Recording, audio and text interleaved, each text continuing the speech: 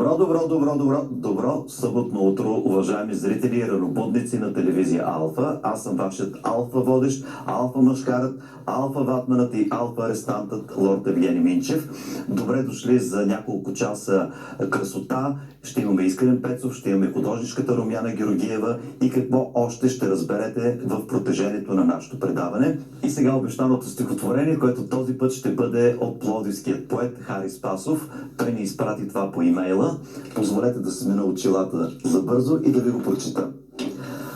Не намерих онази звезда, най-голяма и най-всеотдайна, дето прави безброй чудеса, разгадава човешките тайни.